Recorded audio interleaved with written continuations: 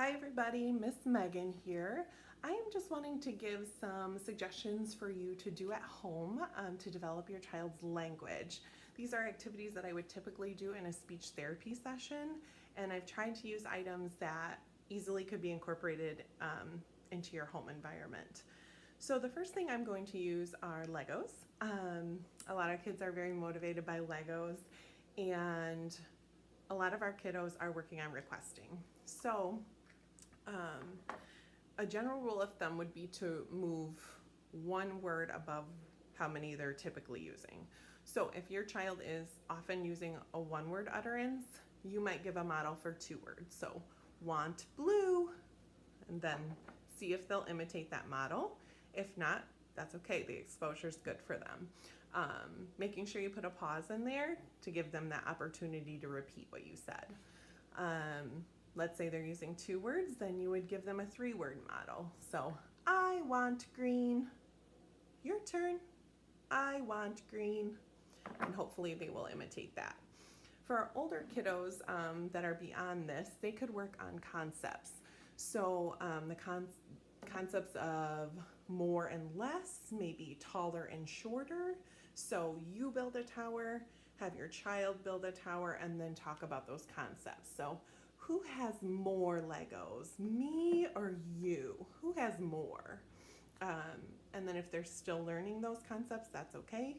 It's a good teaching opportunity for you to say, I have more, you have less. Or my tower is taller, yours is shorter.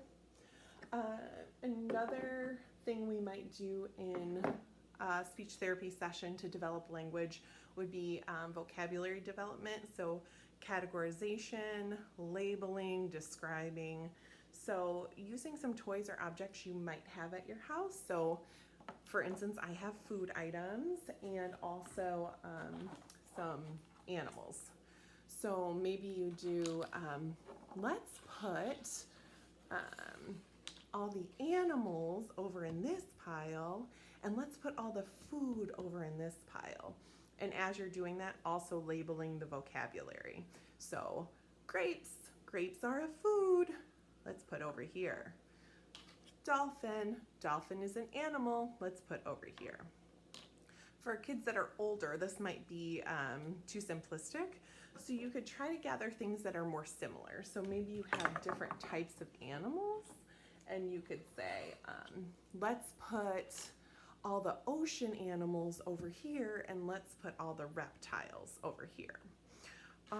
Another way you can make it more difficult is by describing the vocabulary instead of labeling it. So tell me 3 things about a crab.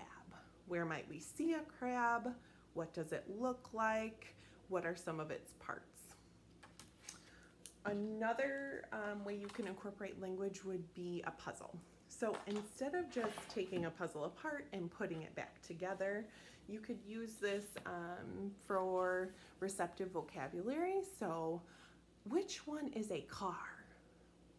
Then obviously, okay, let's put car in, good job. For our higher level kiddos, we can identify things by feature or function. So which one of these has wheels?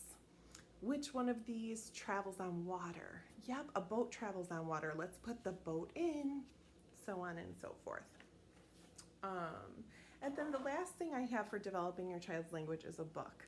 Obviously, anytime we can incorporate a book and literacy, it's a good thing. So I use WH questions a lot with books: who, what, where, when. So something like, here's sun. When do we see sun? During the day or at night? When would we see sun? Or here's a door. Where is a door in our house? Can you go touch a door?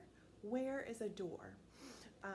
So those are just some ways that I would target language while I'm at home with my kiddo, and I hope you found them helpful. Stay safe and healthy.